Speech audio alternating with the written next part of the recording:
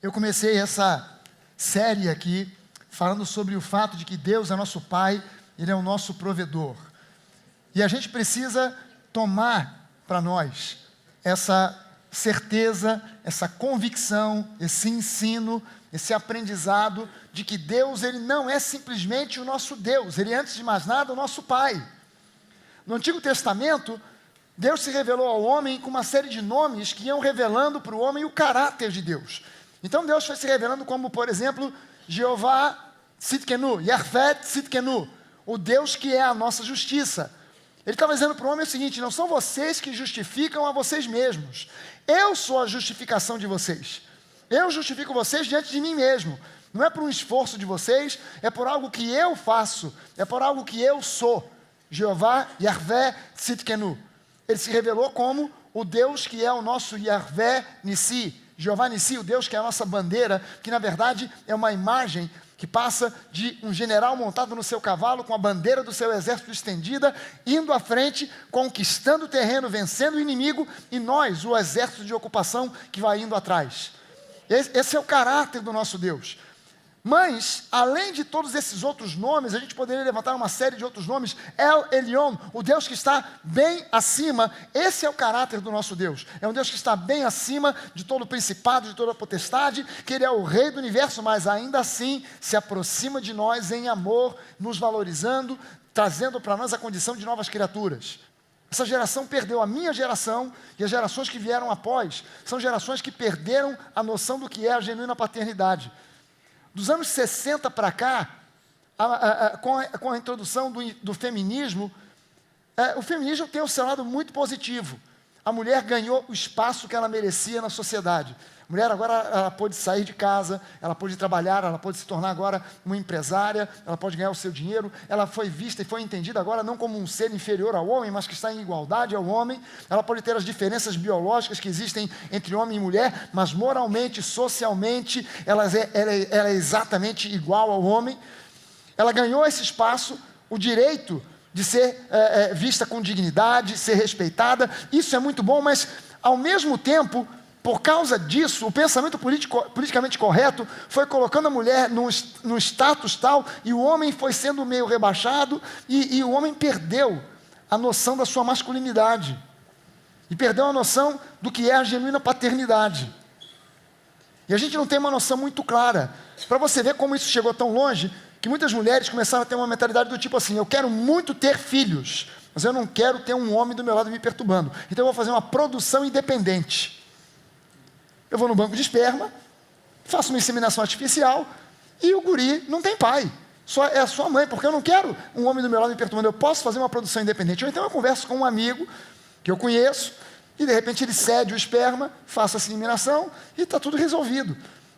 E quando uma criança cresce sem o pai, ela cresce sem a noção exata do que é o valor da paternidade.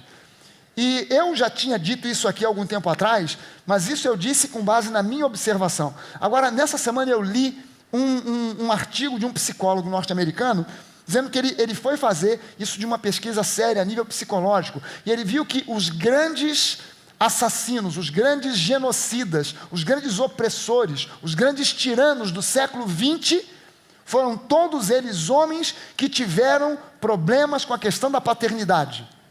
Marx, Freud, Nietzsche, Hitler, Pol Pot. Você pode botar a lista dos filósofos, pensadores, dos governantes, dos opressores, dos genocidas do século XX, e todos eles, sem exceção alguma, tiveram algum problema com a paternidade. Ou pais alcoólatras, pais ausentes, pais muitas vezes fisicamente presentes, mas abusivos. Porque se valorizou demais a questão da maternidade, a mãe que amamenta, a mãe que está junto, a mãe que a criança precisa de ter perto, mas o pai não é menos importante, por não é ser aquele que amamenta. Não é por um acaso que Deus se revela a nós como Pai. E nós precisamos entender que esse Pai amoroso, Ele não somente nos ama incondicionalmente, e o amor dele é tamanho e tremendo, que ainda que você não diga para Ele que você o ama, ou que você até mesmo despreze a Deus, Ele é tão seguro de quem Ele é, que Ele não se chateia, Ele continua te amando. A segurança de Deus, de Jesus, é tamanha em quem Ele é, que Ele não se chateia, Ele não se aborrece. Ainda que você ofenda e diga coisas terríveis, blasfêmias contra Deus, Ele continua te amando, porque Ele tem segurança em quem Ele é. Sabe, as pessoas, elas às vezes tendem a especular sobre quem Deus é. Ele é o nosso Pai, Ele é o nosso provedor, mas as pessoas especulam. Ah não, esse problema que você está tendo é Deus que está mandando. Essa enfermidade, essa luta, essa depressão, essa falência, isso aí é para a honra e glória do Senhor. Aprenda a sua lição e Deus vai tirar e remover esse problema daí. Isso é uma heresia, isso é uma maluquice falar disso a respeito de Deus. Porque Deus Ele não nos disciplina com problema, com depressão, com angústia, com falência, com falta de grana. Ele nos disciplina com a sua palavra. E é preciso que você aprenda com a palavra a manter firme a sua confissão de fé. Você vai enfrentar barreiras, mas Ele vai te capacitar. O diabo vai colocar uma granada aqui, uma mina ali, um problema acolá. Ele vai colocar armadilhas para lá e para cá. Mas se você mantiver firme a sua confissão de fé e não desistir, há pessoas que desistem na primeira, outras ainda aguentam mais uma ou duas, depois abandonam a fé. Não, eu preciso manter firme a minha confissão de fé. A trilha, o caminho até a vitória, tem lutas, tem barreiras, mas Deus está lá me chamando, venha, vem para cá, pode chegar, você vai alcançar, eu te capacito, eu te fortaleço. Amém? Deus quer te conduzir para lá. E a gente começou a ver aqui que Ele é o nosso provedor. E eu comecei a falar sobre segredos que estão embutidos, revelados no maná. Uma história tão simples, tão aparentemente até banal, né, de Deus de repente fazendo um milagre para sustentar o povo de Israel no meio do deserto. E ele conta ali que o povo, quando começou a vagar no deserto, todo dia chovia, vinha do céu, aqueles grãos com os quais eles podiam fazer pão, podiam fazer alimento, e eles eram sustentados, e foram sustentados assim durante 40 anos. E a Bíblia diz que não houve um dia durante 40 anos. Eu não fiz a conta para saber quantos dias são. Alguém multiplica numa máquina de calcular aí 40 vezes 365 para ver quantos dias dá. Todos esses dias não houve um que falhasse, onde Deus dissesse, acabou o estoque de maná, esqueci de renovar. Não teve um dia onde falhou. Ele mandou todo dia, estando o povo bem, estando o povo mal, estando o povo próximo, estando o povo afastado. Deus tinha um compromisso, uma aliança com Abraão, então todo dia Ele mandava para os descendentes de Abraão, Ele mandava maná todo santo dia. E a gente começou a ver aqui esses segredos na semana retrasada, e a gente viu que Êxodo 16 é a parte da Bíblia que conta essa história, a história do maná, da vinda do maná de Deus, fornecendo para o povo o maná. E diz lá que quando eles olharam, eles perguntaram, mas o que é isso? Quando eles saíram da sua tenda num dia de manhã, tinha lá aqueles grãos no chão, e eles perguntaram, mas o que é isso? Manhu, o que é isso? Maná, manhu, o que é isso? Maná, o que é? O que? Manhu, o que é isso? Eles perguntaram e Moisés disse, esse é o pão que o Senhor enviou do céu para alimentar vocês. E aí eles começaram a colher e todo dia eles colhiam o maná. O nome colou, o nome ficou. Manhu, ficou, maná. O que é isso aí? O que isso significa? Eles não sabiam definir o que era, mas eles tentaram definir. O maná, a gente já viu que o verdadeiro maná, na realidade, é Jesus. O maná é só um símbolo que aponta para Jesus, que revela quem Jesus é. No Novo Testamento, Jesus ele diz, eu sou o pão da vida, eu sou o maná que veio do céu. Os pais de vocês comeram do maná que caiu no deserto e morreram, mas quem comer deste pão, o pão da vida, terá vida eterna. Ele é o verdadeiro maná. O maná, na verdade, é um símbolo que aponta para Jesus. Ele é o verdadeiro pão nosso de cada dia, que nós necessitamos mais do que o pão físico. Sabe que aquela oração que Jesus ensinou e que muita gente pensa que é para repetir, Pai nosso que estás no céu, santificado seja... Aquilo ali, na verdade, não é uma oração para ser repetida. Até pode, mas não é necessariamente para isso. Ali estão embutidos princípios de oração.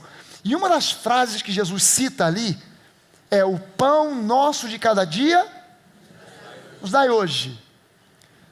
Olha só, quando Jesus diz o pão nosso de cada dia, lembre-se que a audiência que estava ouvindo Jesus ensinar aquilo era uma audiência formada por judeus, que conheciam a história do maná. E quando ele diz o pão nosso de cada dia, é uma referência clara ao maná. O pão nosso de cada dia, o maná de cada dia, nos dá hoje. Jesus não estava falando de arroz, feijão, farinha, carne, porque a gente quando ora o Pai Nosso, ora pensando, Pai Nosso que estás no céu, santificado seja o teu nome. A carne, o arroz, o feijão, o pão, a manteiga, café, de cada dia, nos dá hoje, não deixa faltar. Mas não é isso que Jesus está dizendo. Quando ele diz lá, o pão nosso de cada dia, o maná de cada dia, não nos falte hoje Jesus, a revelação de quem Jesus é, o entendimento de quem Ele é. Que não nos falte isso a cada dia. Eu preciso de revelação de Jesus, de quem Ele é, de quem eu sou nele, da bondade dEle, do favor dEle, do amor dEle para comigo. Eu preciso de revelação disso todo santo dia, tanto quanto eu preciso de beber água. Você precisa meditar na palavra todo dia, receber revelação do amor, do favor de Jesus todo santo dia. Não apenas uma vez por semana, porque Ele é o pão nosso de cada dia. Alguns princípios que eu passei aqui na semana passada, só para a gente relembrar. O princípio número 1, no maná está toda a provisão de que você necessita para cada dia. No maná existe, na revelação de Jesus, existe sustento para você para cada dia, a provisão que você necessita para cada dia. Então eu preciso me lembrar desse princípio de oração, o pão nosso de cada dia, o maná.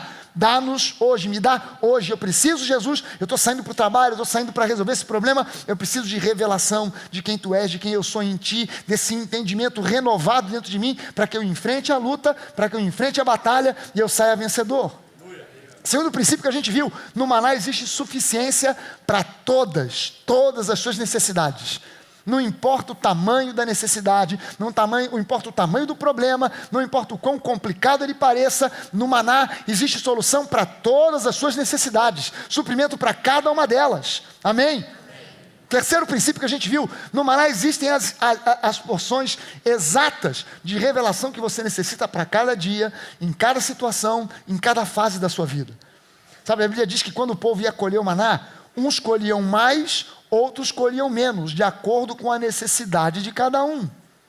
Então entenda o seguinte, você hoje talvez precise de mais revelação do que precisou ontem, sobre cura divina, porque hoje você pode estar passando por um problema de enfermidade. Então você hoje precisa de uma revelação maior sobre cura do que na semana passada. Pode ser que na semana que vem você precise de uma revelação maior sobre prosperidade do que você está precisando hoje, porque você hoje está nadando no dinheiro. Semana que vem, de repente o Temer e tal, sobe, desce, não sei, e você pode precisar de uma revelação maior.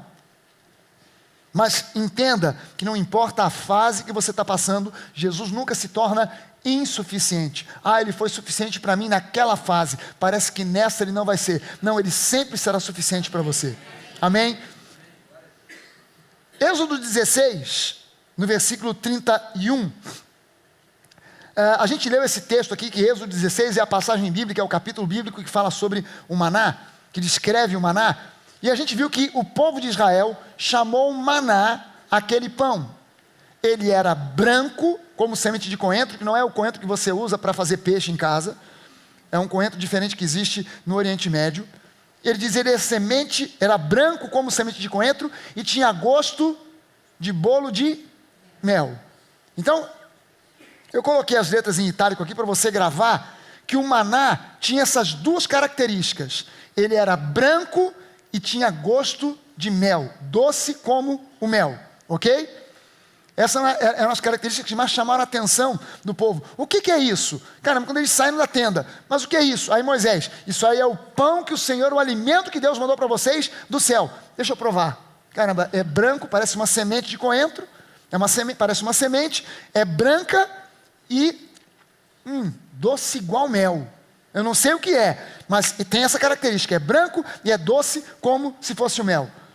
Quarto princípio então, que eu quero começar a ver com você nessa noite, mais 3 princípios do maná. O maná, que é Jesus revelado, que revela Jesus, que aponta para Jesus, o maná, ele é puro e é doce como o mel. Jesus e a sua palavra são puros e doces como o mel. Amém, gente? Esse é um princípio que eu não posso me esquecer de modo algum. Jesus, a palavra de Deus é pura, Jesus é puro, a palavra é doce como o mel. A palavra, quando pregada, ela precisa ser ministrada, ou seja, entregue daqui para aí, e ela precisa ser recebida aí por você como algo doce, não como algo amargo ou azedo. Esse é o problema e a revelação que falta no coração de muitos pregadores. A palavra tem que ser doce, porque Jesus é doce, ele é o maná, e o maná era doce, como mel. Quando o sujeito não entende, ele acaba pregando uma palavra que é amarga ou azeda. E a gente precisa entender que o pão que tem que ser servido, que alimenta o povo de Deus, tem que ser pão doce. Não pode ser pão amargo, não pode ser pão azedo. Muitas pessoas talvez até venham à igreja em busca de uma solução para um problema, e eu acho isso absolutamente normal. Sabe, que alguém procure a igreja porque ouviu falar que de repente Jesus cura, que Jesus faz prosperar, ouviu um testemunho de alguém e diz: poxa, eu vou procurar a igreja, porque eu estou passando por esse problema na minha família, eu estou passando por esse problema emocional, ou eu estou passando por esse problema que eu acho que é alguma coisa espiritual, não sei se tem alguma coisa ruim me pegando aí, algum encosto, eu vou lá na igreja, eu quero conhecer esse Jesus. A pessoa vem de repente por um problema, e não vejo nada de exatamente errado nisso, porque há pessoas que criticam, porque você vem à igreja só para solucionar problema, vou orar para o problema continuar. Que você tem que procurar é Deus, e tal, e vai descendo o cajado. Mas se as pessoas receberem a palavra que é doce como mel, algo sobrenatural vai acontecer no seu interior, e elas vão ser curadas, elas vão ser libertas, elas vão ser feitas prósperas, se elas receberem a palavra que é doce. Sabe, você vê só que maluquice, você imagina, a igreja pelo menos, é por isso que a maioria das igrejas não recebe visitante. A gente aqui na igreja recebe visitante a dar com pau. Por quê? Porque a gente prega uma palavra que é doce. Mas você vai na igreja, leva um visitante, o visitante dá o azar de chegar no dia da bronca? Nunca mais. Porque em vez de receber pão doce, recebeu pão amargo, pão azedo.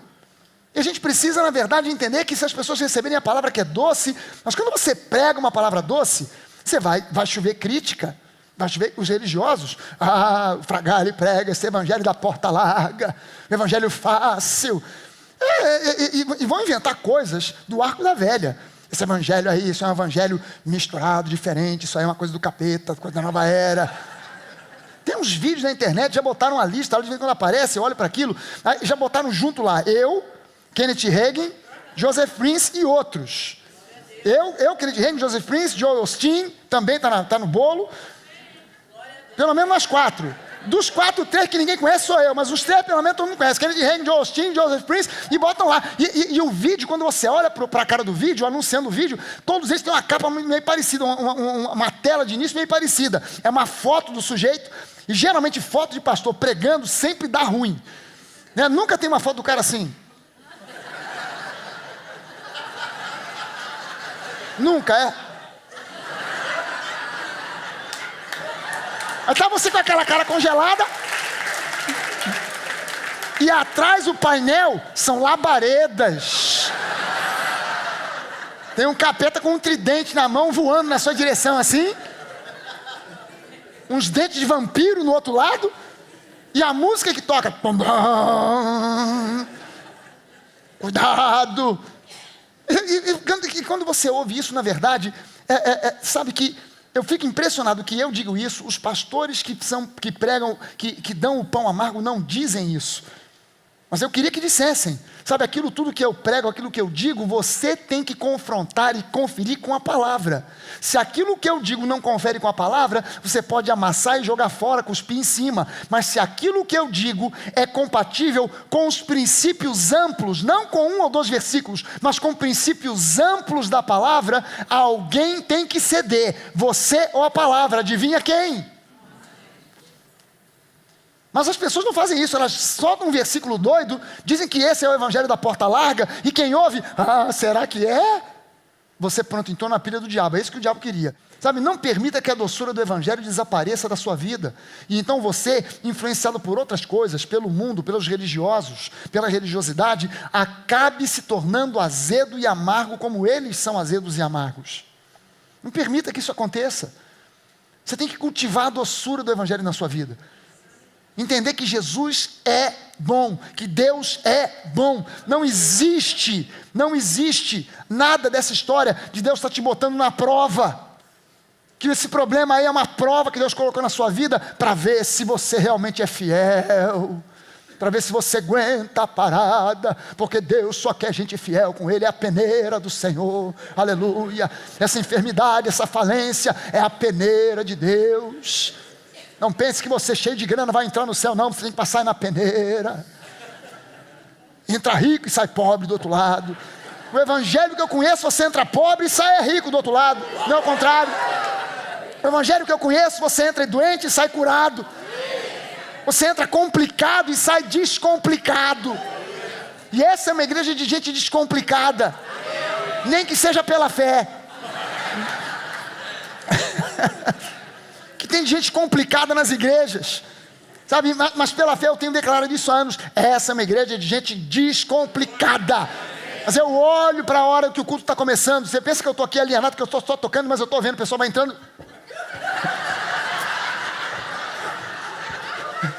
Mas vai consertar. A palavra de Deus vai ajeitar. Em nome de Jesus. Sai complicação, em nome de Jesus.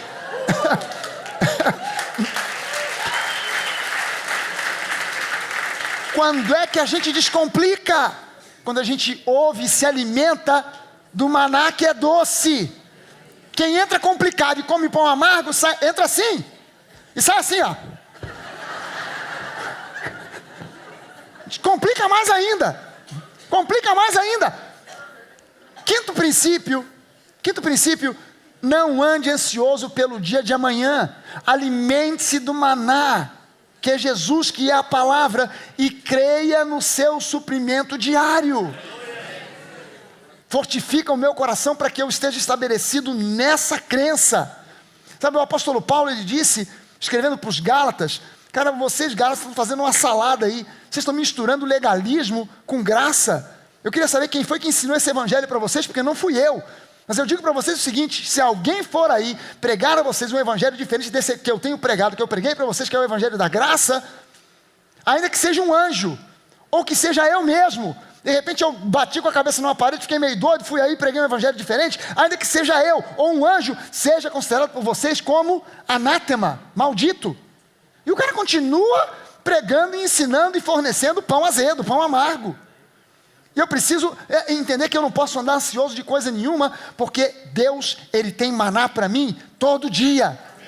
Tem sustento para a minha vida e para a sua todo dia. Deuteronômio 8, dos versículos 11 a 18, diz assim: guarda-te, não te esqueças do Senhor teu Deus, não cumprindo os seus mandamentos, os seus juízos e os seus estatutos que hoje te ordeno. Vamos traduzir isso agora para a linguagem da nova aliança. Não se esqueça de se firmar na palavra da graça, o evangelho da graça, a palavra da fé. Firme-se nisso, faça disso a sua confissão diária, para não suceder que depois de teres comido e estiveres farto. Presta atenção, porque ele está falando aqui sobre prosperidade. Depois de você ter comido e se fartado, depois de haveres edificado boas casas e morado nelas, os condomínios da Barra da Tijuca, depois de se multiplicarem os teus gados, os teus rebanhos, os teus BMWs, os teus Mercedes, e se aumentar a tua prata e o teu ouro, e ser abundante tudo quanto tens, então se eleve o teu coração e te esqueças do Senhor, o teu Deus, que te tirou da terra do Egito, da casa da tua escravidão, que te conduziu por aquele grande e terrível deserto, de serpentes abrasadoras, de escorpiões e de secura, que não havia nem água, mas Ele fez sair água da pedra, da rocha. Gente, essa descrição, tem gente que olha só para o lado negativo da descrição. Deus te fez passar por esse deserto terrível, de serpentes abrasadoras. O que Deus estava fazendo aqui? Eu estou te mostrando o quão ruim aquele lugar podia ser, mas no quão prazeroso eu transformei aquele deserto.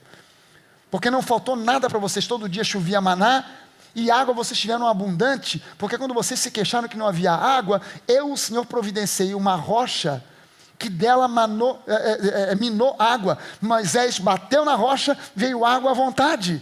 E a Bíblia diz agora, o apóstolo Paulo diz para nós, que essa rocha, ela seguia o povo aonde eles iam. Então a Bíblia diz que o povo de Israel, quando acampava, a nuvem ia guiando o povo durante o dia, durante a noite se tornava uma labareda de fogo, ia guiando o povo. Quando a nuvem parava, o povo acampava. Quando a nuvem levantava, o povo desarmava o acampamento, botava as trouxas nas costas e ia seguindo a nuvem. Mas atrás dele, 2 milhões de pessoas marchando pelo deserto, seguindo a nuvem. Mas atrás dele, na frente tinha a nuvem, mas atrás tinha um pedregulho que vinha, põe. E onde eles paravam, água, água, água. Gente, essa história que a maioria dos crentes faz, pastor, ore por mim, porque eu estou passando por um deserto. Meu irmão, o deserto não é lugar de você queixar. O deserto é lugar de crescimento, de amadurecimento, porque é lugar de milagres. Se você pede para mim, pastor, ore por mim, porque eu estou num deserto, eu vou orar. Meu Pai multiplica os dias desse deserto, porque são dias de milagres. O que você está precisando? De milagre? Então vamos pedir para Deus multiplicar os dias no deserto. Porque na verdade o deserto é só a preparação para você entrar em Canaã e desfrutar de uma terra que emana leite e mel, de casas que você não construiu, de bens que você não adquiriu, mas que Deus Ele concedeu a você pela graça. Então eu preciso entender que Deus está falando que o deserto era muito ruim, abrasador, serpentes abrasadoras, um calor danado, mas Ele forneceu água, Ele forneceu maná, que no deserto te sustentou com maná, que teus pais não conheciam, para te humilhar, para te provar e afinal te fazer bem. Não digas, pois, no teu coração, a minha força e o poder do meu braço me adquiriram essas riquezas. Antes te lembrarás do Senhor teu Deus, porque é Ele que te dá força para adquirires riquezas. Vou ler de novo para você. É Ele quem te dá força para adquirires riquezas. É Ele quem te dá força para adquirires riquezas. O disco deu uma arranhada, emperrou. É Ele quem te dá força para adquirires riquezas. Quando é? Amém. Quando é que isso se torna uma realidade? Quando eu me alimento do maná. Porque ele associou aqui, ele diz, antes te lembrarás do Senhor teu Deus, porque Ele quem te dá força para adquirir riquezas, para confirmar a sua aliança, que sob juramento prometeu aos teus pais, como hoje se vê. Gente, prosperidade, segundo o que a Bíblia diz, não é fruto de uma aliança que Deus fez com Abraão. Nós somos descendentes genuínos de Abraão. A verdadeira circuncisão não é aquela que é meramente na carne, mas aquela que acontece no coração. E isso até mesmo para os judeus. A circuncisão genuína não é só um ato físico, ela tem que acontecer algum dia no coração. Ela precisa acontecer no coração. Prosperidade é fruto da aliança que Deus fez com Abraão, de que nós somos feitos herdeiros legítimos em Cristo, e não da lei mosaica. Prosperidade não é fruto de obediência à lei, mas é fruto da aliança. É fruto de uma aliança que Deus fez com Abraão lá atrás. E Ele é fiel à sua palavra. Se Ele é fiel à sua palavra, e disse para o povo de Israel, na antiga aliança, que Ele daria a eles força para que eles prosperassem, isso é real para nós hoje. Você pode levantar uma das suas mãos e dizer, isso é real para mim hoje. Aleluia, aleluia. Mas veja só o contexto. No deserto te sustentou com um maná, que os teus pais não conheciam. O maná deu forças para o povo sobreviver no deserto, chegar em Canaã e vencer todas as barreiras e todos os inimigos. É isso que o maná produz, é isso que Jesus produz. Quando você se alimenta de Jesus todos os dias, é isso o que o maná produz. Força para você enfrentar as barreiras e vencer e prosperar. Amém.